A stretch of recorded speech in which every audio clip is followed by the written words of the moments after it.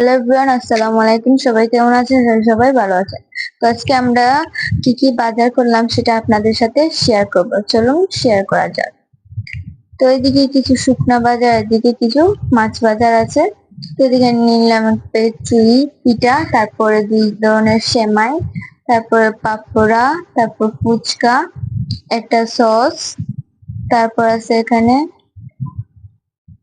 সুজি, বাদাম, তারপর কিশমিশ, মরিচের গুঁড়া, ধনিয়ার গুঁড়া, তারপর আছে কালো জিরা, ঘি, তারপর ধনিয়ার গুঁড়া, হলুদের গুঁড়া, তারপর একটা সয়া সস, রাঁধুনি মানে সব ধরনের মশলা, তারপর একটা সরিষার তেল, লবণ, তার মাঝে একটা পিঙ্ক রোল কিনেছি।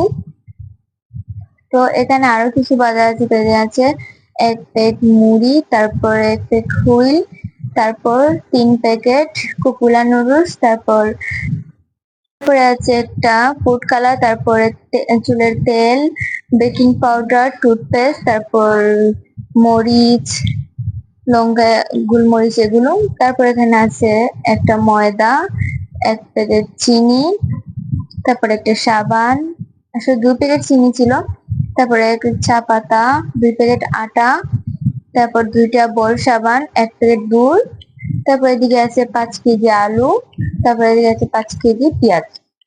তো দেন এদিকে আছে একটা সয়াবিন তেল। তো এই ছিল আমাদের শুকনা বাজার।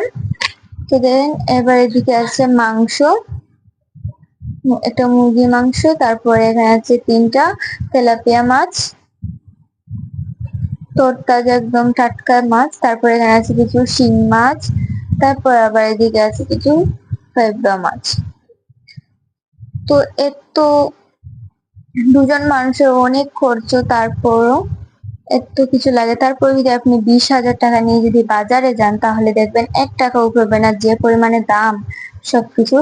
তো এদিকে আম্মু সবকিছু বুঝাচ্ছিল, একসাথে গুটিয়ে সবকিছু রাখছিল, আর আমি বসে বসে দেখছিলাম।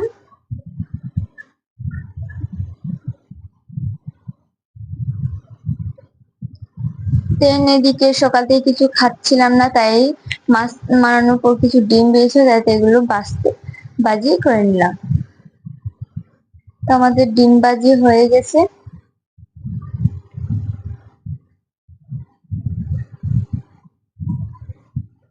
তো দেখেন আম্মু এদিকে মাছ মানিয়ে নিয়েছে, মাছ মাংস এগুলো মানুষের এগুলোকে প্যাক করে ফ্রিজে রেখে দিবে।